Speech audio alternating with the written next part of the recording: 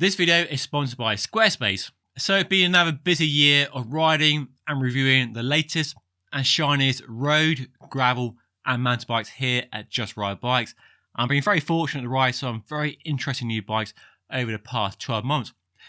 But in today's video, I'm going to share the 10 new road bikes in 2023 that I am most excited to ride. Let me know what bikes you're excited to ride or see me review by leaving a comment down below. So without further ado, let's dive in. The first new bike I'm excited to ride is the most recently launched new bike this year, the Colnago V4RS. And really the big question is, in buying the Colnago C68, did I choose the wrong bike?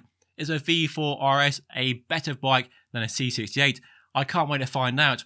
So new V4RS is the worst kept secret this year, with the company openly testing it with the team, Tadej Pogacar and co. throughout the season and using it at the Tour de France. They call it the Prototipo, and apparently they've had 6 or 7 prototypes of different stiffness, laminates, to find the final version, which is now rubber stamped and gone into production. So as the name suggests, it's a 4th generation. The V1 was launched back in 2014. I actually rode it around the lovely roads of Italy for Road CC at the time, and it was a fantastic bike. Fast, if a bit heavy, and the worst thing about the bike at the time was, due to disc brakes not being around just yet, was the rear rim brake was down by the rear chainstay bottom bracket area, which was a terrible idea, and luckily didn't last very long at all. So since that V1, the frame has changed a bit here and there, but the V4RS does look very similar to the old bike, but they made some weight savings and some aero savings, as you would expect. So the weight saving is a measly 57 grams, which is probably the smallest weight saving I've seen on any new bike launch I can ever remember.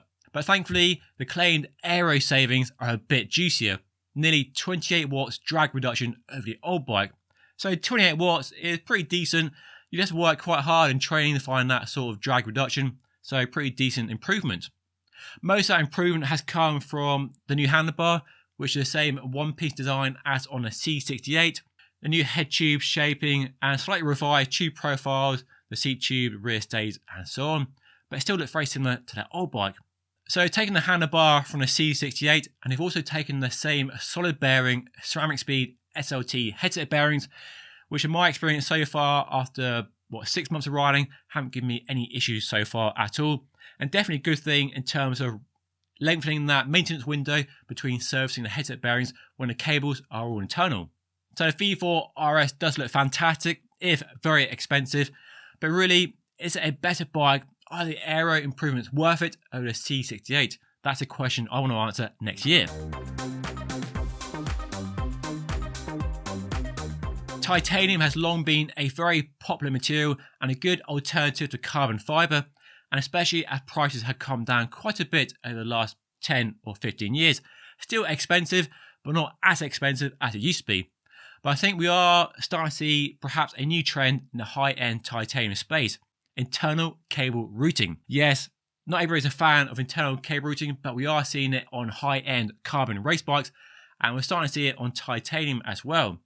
You might have seen my review of the Vamus CRD very recently, linked down below, and that has full internal cable routing using an Enve handlebar and stem and that new Chris King aero headset. But now we have a British version of that bike, the new Reilly Fusion Aero.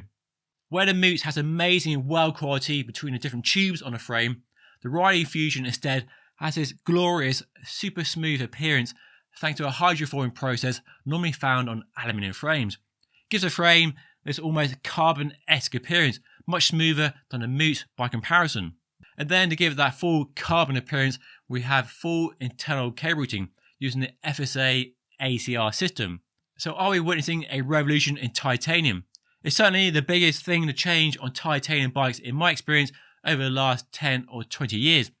And I can't wait to ride the Fusion and see how it compares to carbon race bikes and also the Vamus CRD as well. The giant Propel is one of the most interesting new bikes that I've had one brief ride on, but hopefully I'll get a longer term ride in 2023. It's certainly a bike that potentially could be a TCR killer.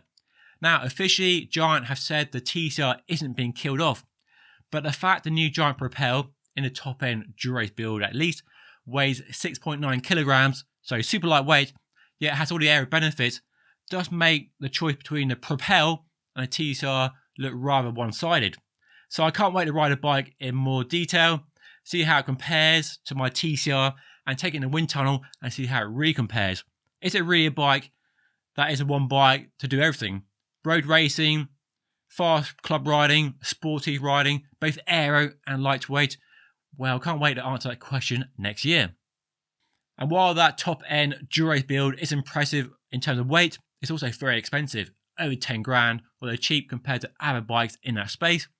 I can't wait to see what the weight of a mid-range build actually is. So Ultegra or 105 Di2 as an example. Before we carry on any further, I need to tell you about today's sponsor, SquareSpace. SquareSpace is the easy way to make your own website. Whether you need a website to show off your brand, an online store to sell cool products, or just want to start blogging, with SquareSpace, it really couldn't be any simpler. There are tons of templates to choose from, the interface is intuitive, and there are loads of tools, including powerful analytics, and you can also connect your social media profiles as well. So I'm using it right now to make a Just Ride Bikes website for behind the scenes access, more video and blog content, and also sell my own merch, t-shirts, hats and mugs available right now, and hopefully launching in 2023. And with SquareSpace, well really it couldn't be any easier, even for me. So if you like the sound of that and want to start making your own website right now, you can get a free trial and 10% off your first purchase using my special code on screen right now and down below in the description. Okay, let's carry on.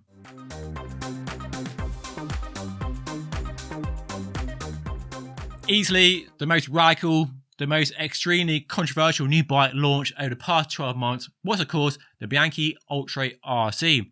A big step forward from the old bike, a Cervelo-esque handlebar, the air deflectors on the head tube, which turned out to be a bit of a gimmick and not UCI legal. But it's a bike that looks amazing on screen. Will it look amazing in the flesh? Because I've not seen one in the flesh yet. And will it ride as amazing as it looks? And will the frame really deliver the extra performance it needs to over the old bike and compete with the likes of the Trek Madone SLR and a giant Propel? Well, personally, I can't really see how it performs, see how fast it really is, and what it's like in a wind tunnel as well, and see how aero these bikes actually are, and how big the savings actually are compared to the bikes they replace, their main rivals in the space, and a regular non-aero bike. So a bike I hopefully will get a chance to ride at some point next year. The brand new Cervelo Soloist, reborn since it first launched way back in the early 2000s, is a really interesting bike for the principal reason it doesn't cost an absolute fortune. We're so used to new bikes costing £10,000, £15,000 or dollars, but here is a bike aimed very definitely at the mid-range. Still expensive, yes, but it's all relative and cheaper than those top-end bikes like the company's own S5 or R5. So lots of cool details on the bike. It's not as aero as the S5 and not as lightweight as the R5, but still lightweight and still pretty aero. And it's easy to look after and work on and set up at home as well. So we have a two-piece handlebar and stem with internal cable routing, but you can change handlebar, you can change stem very easily. We then have a threaded bottom bracket, so easy to look after. And for real world riding, away from racing, we have space for up to 34mm wide tyres.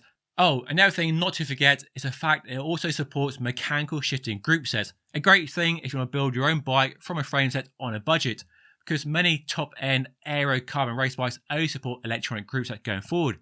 And although the manufacturers of group sets seem to be only going for electronic in the future, you can see my rumour video on that link down below. Hopefully we'll still have some mechanical options in the future. While clearly the manufacturers are putting lots of effort into the aero race bikes and finding ever smaller marginal aero savings, it's clear the bikes that are really popular are endurance bikes. Bikes built for speed, yes, but also comfort and being practical and versatile as well. And one of the most interesting options in 2023 is the new Trek Domane SLR and the cheaper SL.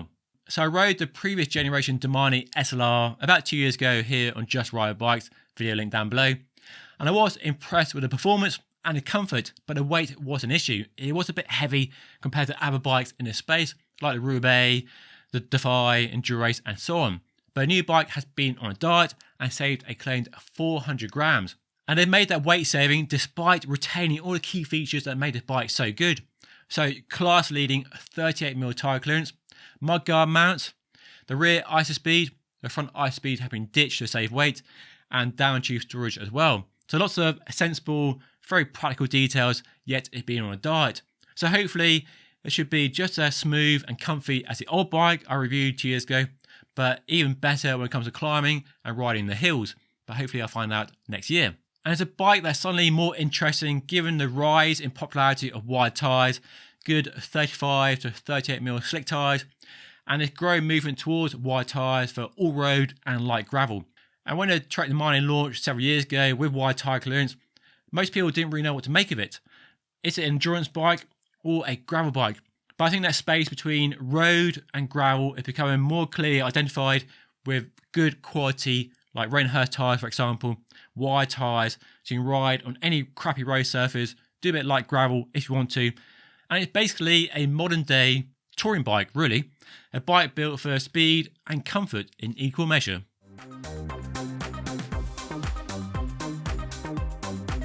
Another bike that falls into the same category as a Domane SLR but comes at it from a slightly different angle is a brand new Mason Cycles SLR. So this is a beautiful steel framed all-road bike with space for 40mm wide tyres that looks perfect in the company's own words for touring, fast cross-country and multi-day adventures. The frame is furnished with mounts for racks, mudguards and even an old-fashioned chain hanger and pump peg. It is fairly pricey at £2,000 for a frame set, so will it be worth it? Well, Mason has a real knack for creating bikes that are definitely in touch with how British riders at least are riding their bikes, where comfort and speed and versatility are definitely requirements on a bike like this. So the Mason SLR or the Trek Domane SLR, that is a really interesting shootout and hopefully one I can make happen in 2023. The Enve Melee was one of the most interesting and surprising new bikes launched over the past 12 months. Surprising because I had no expectation for them to launch a bike like this. Yes, they launched a custom road about 2 years ago, but that's a fully bespoke, handmade in the USA bike, a very different offering to what the new Melee is. The Melee is a mass manufactured, aimed at the specialised tarmac SL7 market and customer. It may look a bit aero generic and is only available in one colour right now, but there are no crazy gimmicks on it. And what's also interesting is the fact that it's fully built with Enve components. So wheels, tyres, handlebar, bar tape, stem, seat post and even a saddle. The only non-Enve parts on it are the group set. And that's the sort of move we're seeing from Specialized, Giant and Trek, not a relatively small brand like Enve. So it's a bike I can't wait to ride and to find out whether it really is an S-Works Tarmac SL7 killer and whether their first mass manufactured carbon frame was worth the effort and investment. It's fair to say that gravel bikes are going through an interesting period of evolution and really diverging into 2, maybe 3 different directions. And at the racier end of the spectrum is a brand new BMC Kaius. Now, personally, I'm not massively into the aero race gravel sector. I want bigger tyres, more comfort, more progressive geometry and more versatile details, but I do admire that singular focus of bikes like the new BMC Kaius. I can't wait to find out how it performs. And I also want to find out if it can be a good road bike as well, because let's face it, it looks like a Team Machine with fat tyres. So here is a good bike that potentially could be the perfect gravel and road bike with 2 sets of wheels and tyres. It's not the most versatile option though, only designed around 40mm wide tyres, no mudguard, rack or accessory mounts, and we've got a crazy narrow aero handlebar as well. But it sure looks fast, I can't wait to see if it's as fast as it looks.